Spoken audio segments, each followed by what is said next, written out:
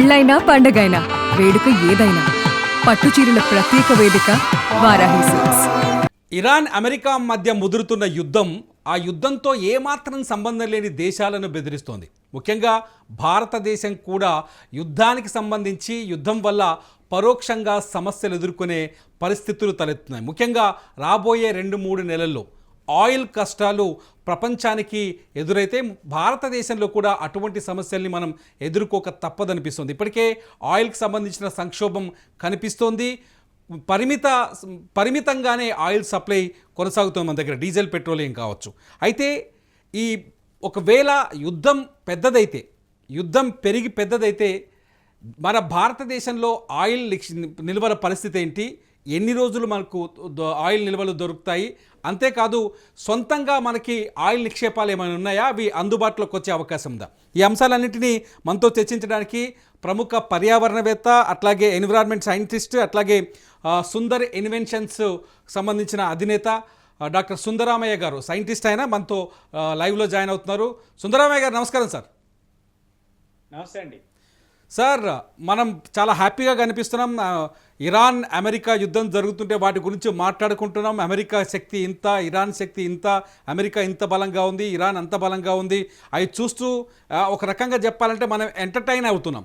నిజానికి ఆ సమస్య మన ఇంటికి వచ్చింది, వంటింటికి వచ్చింది, మన బైక్ పెట్రోల్ దగ్గరికి వచ్చింది, కార్ డీజిల్ దగ్గరికి వచ్చింది. ఫ్యూచర్లో ఆయిల్ కష్టాలు తప్పవా మనకి? ఖచ్చితంగా అండి, ఇది మీరు చెప్తుంది యథార్థం. వాస్తవానికి యుద్ధం అనేది ఒక పోరు, అంటే రెండు దేశాల మధ్య ఒక ఆధిపత్య పోరే యుద్ధం.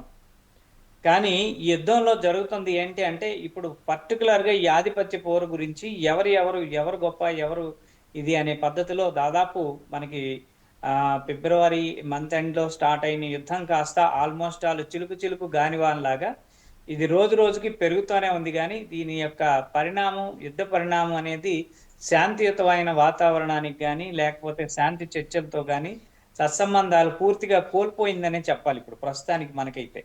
ఓకే. సో అదేవిధంగా ఏదైతే ఎల్పిజి అంటే మొన్నటి వరకు మనం బాగా చూసుకున్నాం, ఎల్పిజి అనేది మనకి కొరత లభించింది.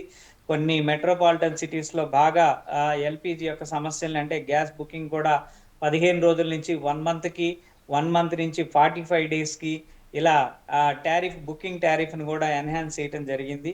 ప్రజలు కూడా చాలా అప్రమత్తం అయ్యారు. అంటే మాకు ఇంకా దొరకదేమో అన్నట్టుగా ప్రతి ఒక్కళ్ళు కూడా దాన్ని మళ్ళీ బుక్ చేసే ప్రయత్నం చేసుకోవడం, నేను కూడా బుక్ చేశాను సార్. నేను కూడా సిలిండర్ బుక్ చేసుకున్నాను అడ్వాన్స్గా.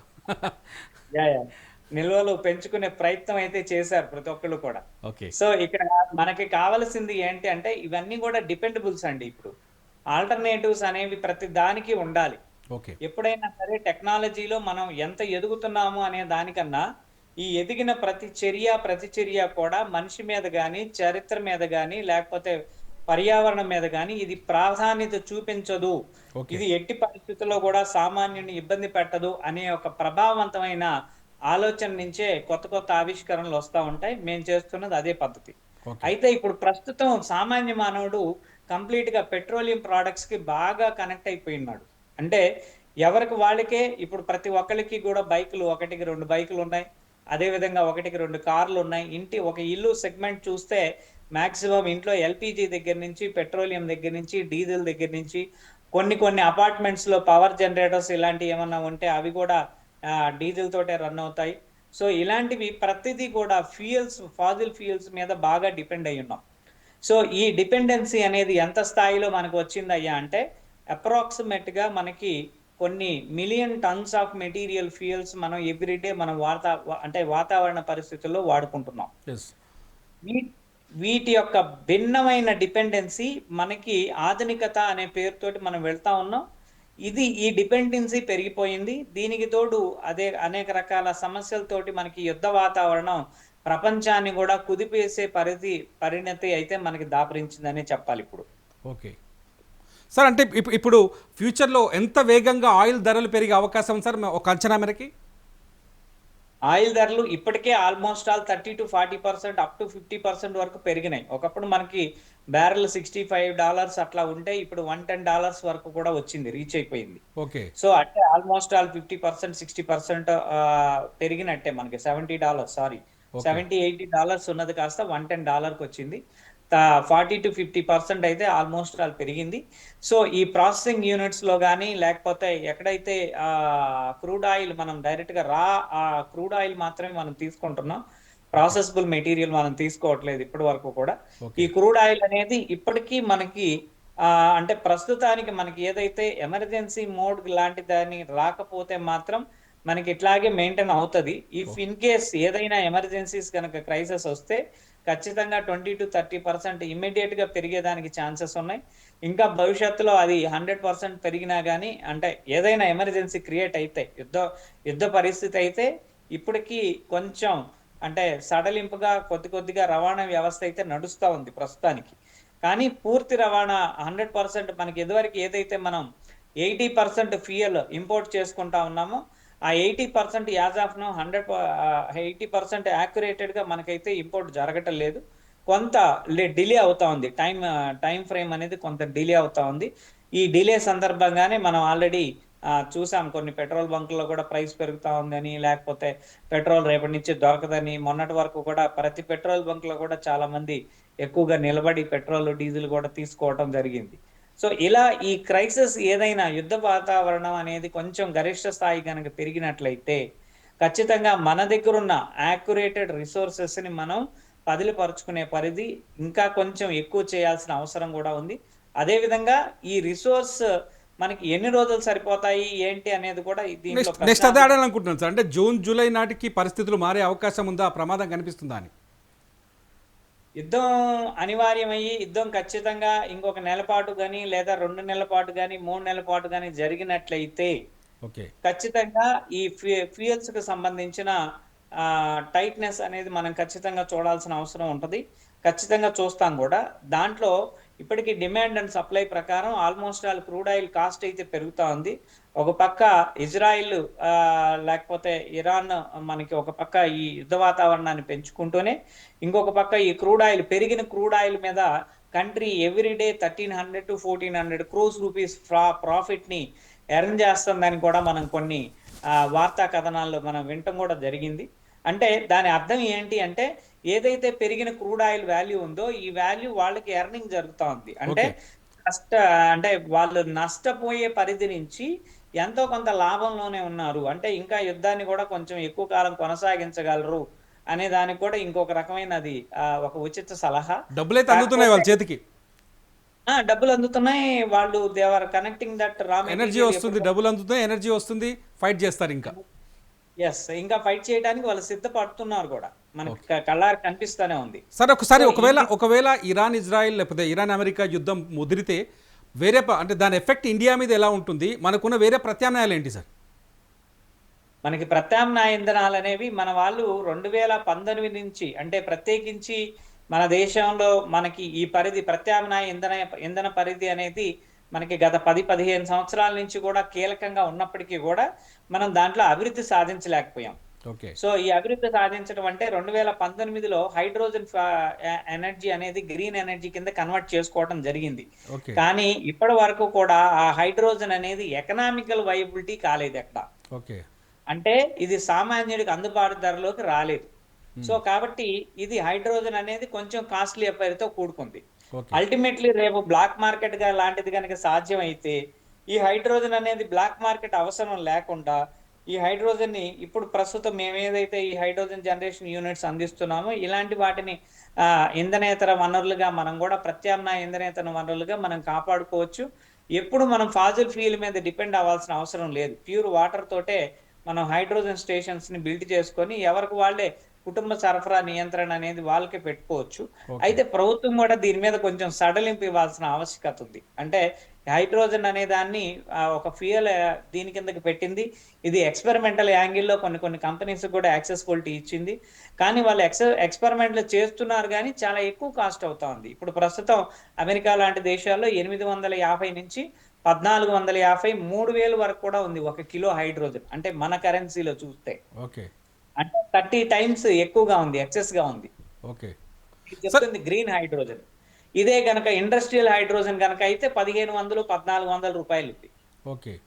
సో ఈ హైడ్రోజన్ మనం ఎక్కువ కాలం మనం తీసుకోవాలంటే మళ్ళీ ఇప్పుడు ఎలా అయితే మొబైల్ నెట్వర్క్లో మనం 1G నుంచి 5G వరకు టెక్నాలజీ అప్గ్రేడ్ చేసుకుంటా వచ్చామో, ఇప్పుడు లేటెస్ట్గా ఉన్న హైడ్రోజన్ ఇంధనేతర అంటే ప్రత్యామ్నాయ ఇంధనాల్లో హైడ్రోజన్ అనేది కీలకమైన ఇంధనం కాబట్టి దీనిని మనం పెంచుకుంటూ గనక వెళ్ళగలిగితే, ఇప్పుడు బొగ్గు అనేది కూడా మన దగ్గర బొగ్గు ఉంది, కానీ అది కూడా పొల్యూషన్ క్రియేట్ చేస్తానే ఉంది. అది కూడా ఎక్స్పోర్ట్ ఇంపోర్ట్ అంటే మనకున్న అవసరాల్లో ఆల్మోస్ట్ ఆల్ 60% నుంచి 70% వరకు కూడా మనం బొగ్గుని ఇంపోర్ట్ చేసుకుంటానే ఉన్నాం యాజ్ ఆఫ్ నౌ ప్రస్తుతానికి. ఫాజిల్ ఫ్యూయల్స్ కూడా అలాగే ఇంపోర్ట్ చేసుకుంటా ఉన్నాం. సో ప్రత్యామ్నాయ ఇంధనాలు మనం గనక క్యాలిక్యులేట్ చేస్తే మన దగ్గర ఉన్న రిసోర్సెస్ అంటే ఇందాక మనం అనుకున్న పరిధిలో ఒక 14 నుంచి 15 రోజుల వరకు ఎప్పుడు రిసోర్స్ ఉంది మన దగ్గర. ఈ 15 రోజుల రిసోర్స్ మనకి సరిపోవడనప్పుడు సో మన దగ్గర ఇంకా major resource crude oil resource emergency basis లో మనకు కొంత రిసోర్స్ పెట్టారు. అది ఒక 60 to 70 డేస్ వరకు అది కూడా వస్తుంది. అంటే ఆల్మోస్ట్ ఆల్ అన్ని చుట్టుపక్కల దేశాల నుంచి మనకి ఎక్కడ ఏది అందకపోతే మన దగ్గర ఉన్నది కేవలం 20% ఫ్యూయల్ మాత్రమే. ఈ 20% ఫ్యూయల్ తోటి 80% ఫ్యూయల్ మనం రా మెటీరియల్ ని ఇంపోర్ట్ చేసుకొని మనం పెట్రోలు డీజిల్ ప్రత్యామ్నాయ ఇంధనాలన్నీ కూడా ఇంధనేతర వనరులన్నీ కూడా సృష్టించుకుంటున్నాం. సో కాబట్టి ఈ క్రూడ్ ఆయిల్ ఇంపోర్టింగ్ అనేది మనకు గనక తగ్గిపోతే మన దగ్గర 1/5 అంటే ఒక 20% మాత్రమే ఇంధనం మన దగ్గరికి సరిపోతుంది. అంటే ఎమర్జెన్సీ టైట్ అవుతా ఉంది. ఏదైనా అత్యవసరమైన విధి విధానాలకు మాత్రమే వాటిని వాడుకునే పరిధిలో కూడా ప్రభుత్వం ఆలోచన చేసే అవకాశం కూడా ఉంది. అండ్ ఇంధనాన్ని మనం ఎంత ఖర్చు పెట్టైనా కొనే పరిస్థితి, అవసరానికి కనెక్ట్ అయ్యాం కాబట్టి ఎంత ఖర్చు పెట్టైనా సరే కొనే అవసరం పరిస్థితి అయితే రాబోయే కాలంలో మనకి నెలకొందని మనకు కనిపిస్తూనే ఉంది, తెల్లం అవుతూ ఉంది. అంటే దీనికి మీరు ఇంతకుముందు చెప్పారు కొత్త ఇన్వెన్షన్స్ రావాలి, కొత్త ఇన్వెన్షన్స్ గురించి మాట్లాడుతూ వచ్చారు. ఒకవేళ హైడ్రోజన్ కాకపోతే ఇంకా కొత్త ఇన్వెన్షన్స్ ఏమున్నాయి సార్? వీటిని ప్రత్యామ్నాయంగా ఇంధనానికి గ్యాస్ కావచ్చు, లేకపోతే డీజిల్ పెట్రోలియం కావచ్చు, వీటికి ఇంకా కొత్త ఇన్వెన్షన్స్ ఏమున్నాయి మన దగ్గర? ఇప్పుడు మనకి కంప్రెస్డ్ న్యాచురల్ గ్యాస్ సిఎన్జి అనేది వచ్చిందండి. అదే విధంగా న్యాచురల్ గ్యాసెస్ ఎక్విప్మెంట్స్ కూడా వచ్చినాయి. అవి కూడా దేని నుంచి మనం తయారు చేస్తా ఉన్నాము? ఫుడ్ ప్రొడక్ట్స్ నుంచి తయారు చేస్తా ఉన్నాం.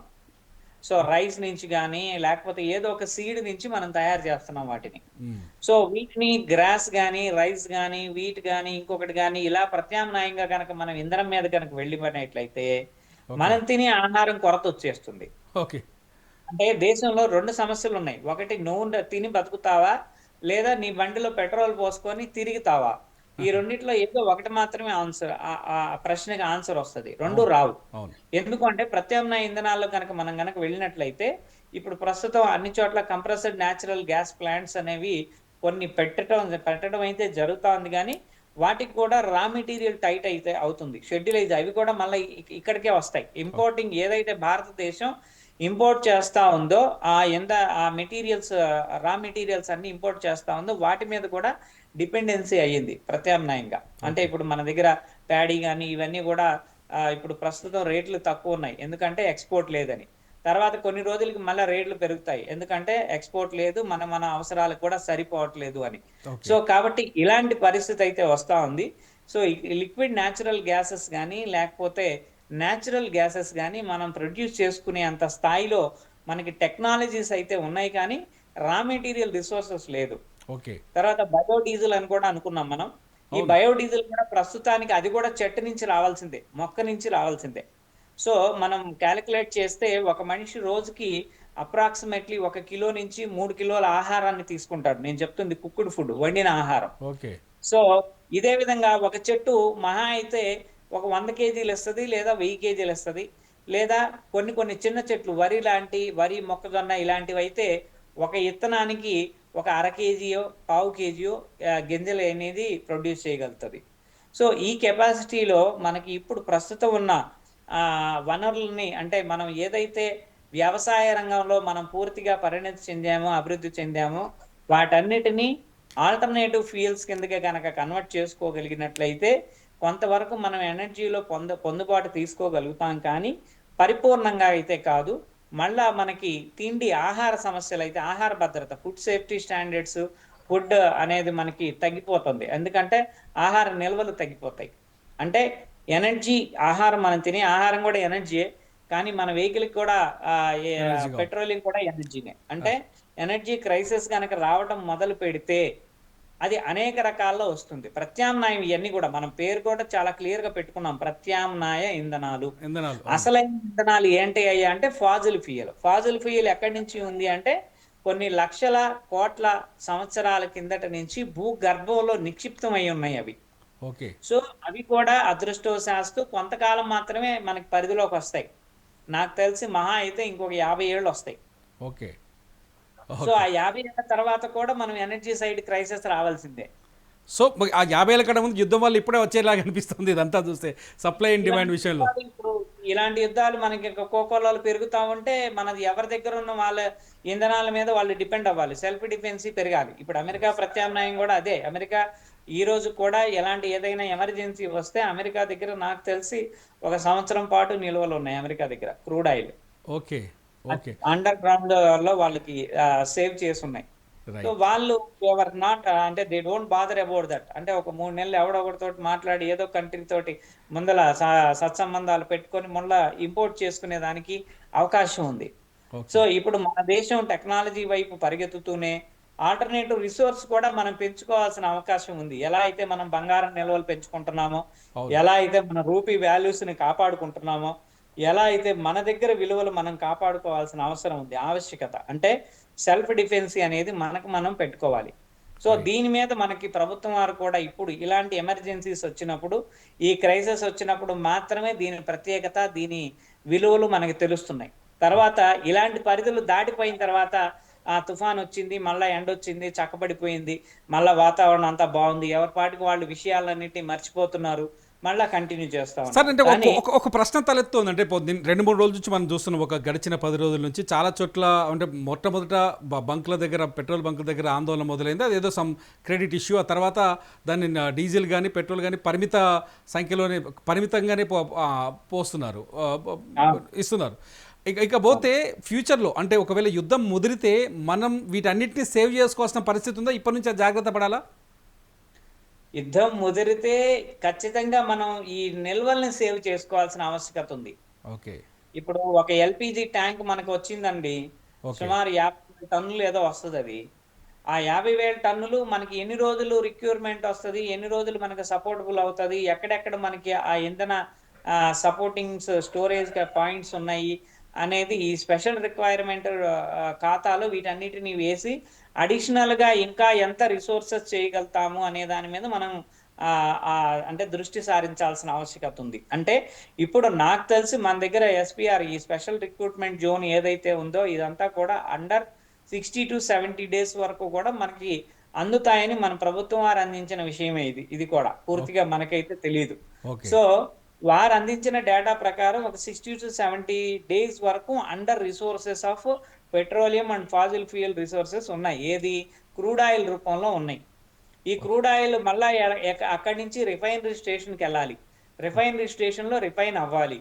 ఏది పెట్రోల్ కి, డీజిల్ కి ఇలా తరగతుల వారీగా దానికి డివిజన్స్ అయిపోయి ఎక్కడికక్కడే ఏ టైప్ ఆఫ్ ఫాజిల్ ఫ్యూయల్ ఆ టైప్ ఆఫ్ ట్యాంక్ లో అది చేరుబాటు జరగాలి.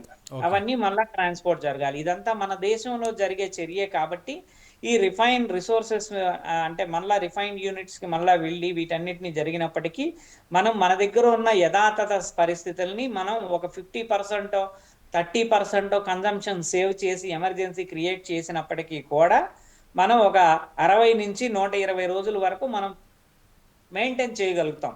ఏది?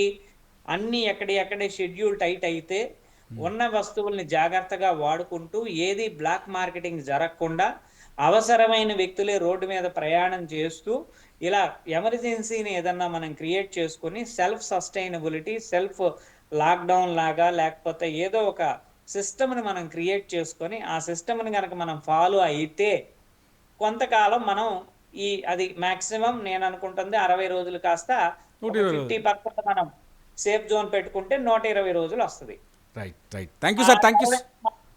కేవలం ఈ 20% ఫ్యూయలే. మళ్ళా ఏదైనా ఇంపోర్ట్ వస్తే ఇది 2 యాడ్ ఆన్ అవుతాయి.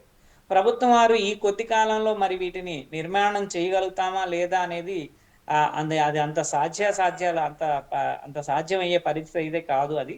సో ఇలాంటి వాటి మీద ఇలాంటి యుద్ధ వాతావరణాలు వచ్చినప్పుడైనా సరే స్పెషల్ గ్రాంట్స్ ఏమన్నా పెట్టుకొని ప్రత్యేకించి ఇంధన వనరుల్ని ఎక్కువ రిజర్వ్ చేసే విధంగా, ఈ రిజర్వ్ మెటీరియల్స్ని ఎక్కువ పెట్టే విధంగా ట్యాంకర్స్ని, బంకర్స్ని, పెద్ద పెద్ద బంకర్స్ని కనుక మనం నిర్మించుకోగలిగితే ఇది భవిష్యత్తులో అమెరికా లాగా 1 సంవత్సరం లేకపోయినా మాకు పర్లేదు, ఓకే చల్ మాకేమీ ఇబ్బంది లేదు అనేది ఒక ఎమర్జెన్సీ క్రియేట్ అయినా కానీ వీ హ్యావ్ 100% రిసోర్సెస్ అని చెప్పుకోగలిగే స్థాయి మనకు కూడా కనుక ఉంటే మనం ప్రత్యేకించి ఇలాంటి యుద్ధ వాతావరణాలకి మనం శోభిల్లాల్సిన అవసరం ఉండదు.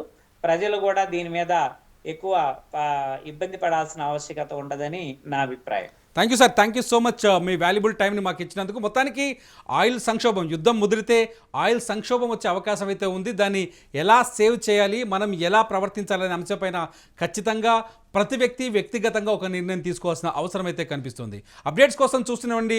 It's UTV. నా పేరు తిరుమల.